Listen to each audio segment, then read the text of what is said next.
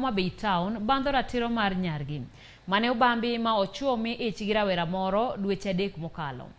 Jotelo moko ma kaunti no owuok oko mar kwedo timbe anjao ka gimedo duondgi e manyo ratiro ne nyathino.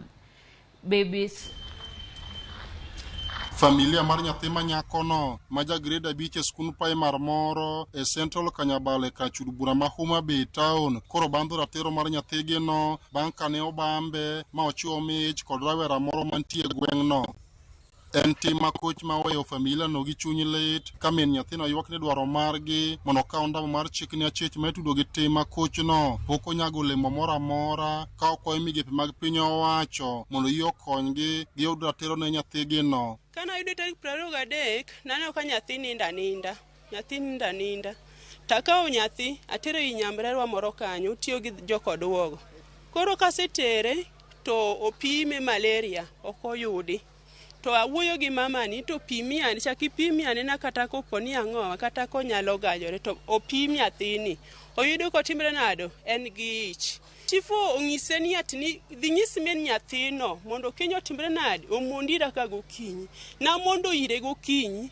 Kasetero wachni ka polis mwalo to ochako gochne ni to kesni otimore nang'o. Ana kwani sirikal mondo konya ni kechan gi lweta nono. Asewuotho ka polis to polis baga gi wach ogidwarie na wach tir aleo gi nyathini. Jalup ruoth ma Central Kanyabala wacho ni ripoti wi wach nyathi ma nyakono ne osetero e lwet obila ma sani koro dhi nyime gi timo nonro margi. Na rifai mondo dhi report Homa Bay Police Station mondo mi polise okaw case mondo mi gitim investigation mondo mi mark the suspect.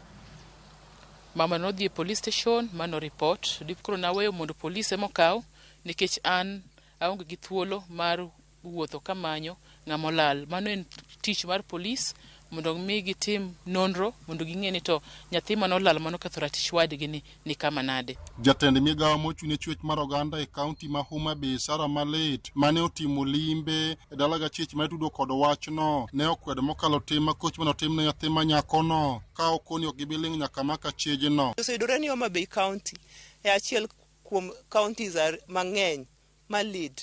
In fact, wabedo rated number 2 e counties te mantiere Kenya. Ni wane ma weche mag ratiro ma iketho mag joma mine gi joma nyiri ng'eny kuomwa. Nitie cases ma not being reported. No nitie cases major bit of it are being reported. Nayudo wach case ni kane nyathi mo no keth ratiche ni no dhi e thieth e Homa Bay referral to naka oting'no mondo ang'e ni ok dwabed gi county ma nyithindo matindo dhi e clinic.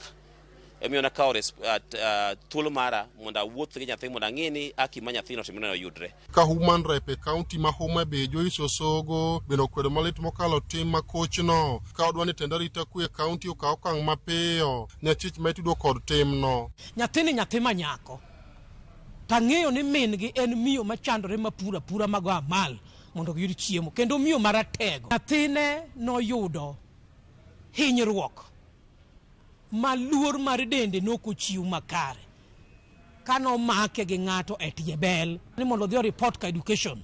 Number 3 adwa no man chief of the area. Number 4 adwa no tudre gi county commissioner. No wacho no dhi kaw atua. Akwaye gi ng'uono ni atua mano wacho no dhi timo cha ratich nyathini mondo miye.